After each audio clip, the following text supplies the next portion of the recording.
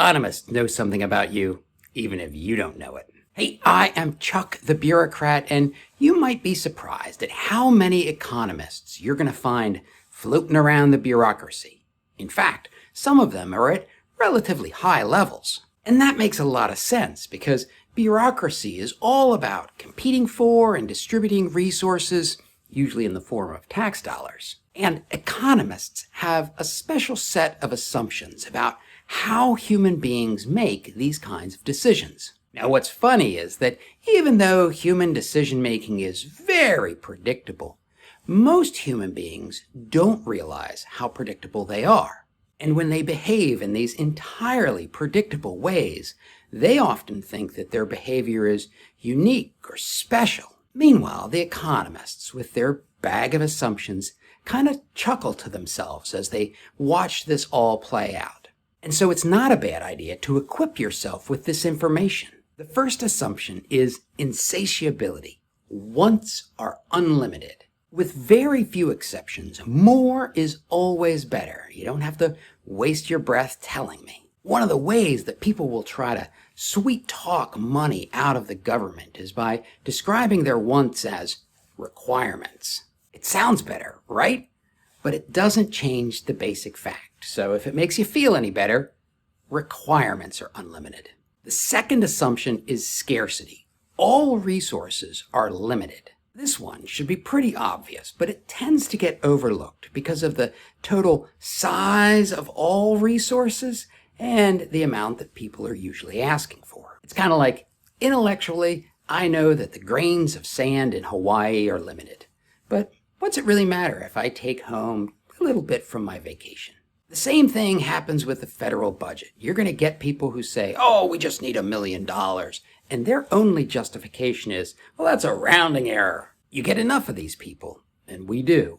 And there's no more sand in Hawaii. The third assumption is trade-offs. Every choice comes with a cost. If someone decides that they're going to eat at Taco Bell, they're going to pay in money, time, and other places that they could have eaten but can't now. But here's the thing.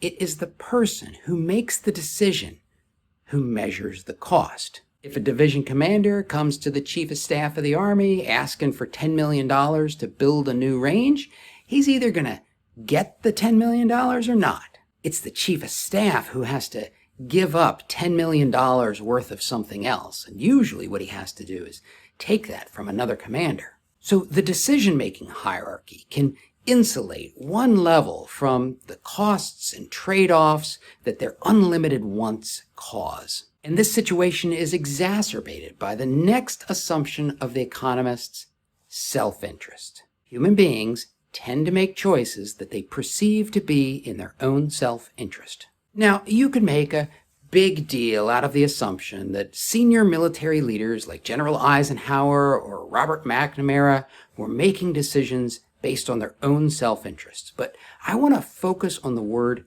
perceived, their perceived self-interest. Think about a military officer who's going to be in a job for about 2 to 3 years.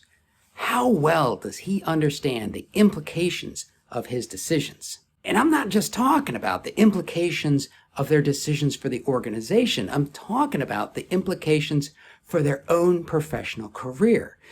You work in the bureaucracy long enough, and you're going to see more than one decision maker who champions some kind of change only to get to his new job and hate the effect that he has caused.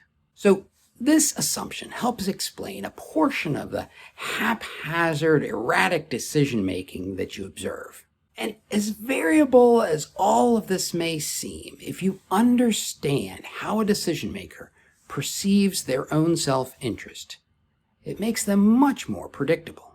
The last assumption is rationality. That is, human beings make decisions by comparing the marginal costs to the marginal benefits. Now, this makes a lot of sense inside the bureaucracy because the whole is incomprehensibly large. So, of course, you would focus on the small marginal changes. But this emphasis on the margin can obscure both costs and benefits and lead to some strange decisions. First of all, it is a heck of a lot easier to solve a completely unprecedented problem than it is to try to address some forever problem that's been chewed over for decades. All that overlapping and contradicting policy, different organizations doing different things to approach the problem from different angles, all of that makes it hard to describe the unique benefits of an investment. The giveaway that benefits may be overstated is a complete disregard for other ongoing efforts. Usually it sounds like, the Navy lacks. So the economists know what you're going to do before you do it. They're a step ahead of you because they know that bureaucracy, for all its meetings and policy, is really about distributing resources. And if you want to see where this competition for resources can actually generate more bureaucracy, watch this video.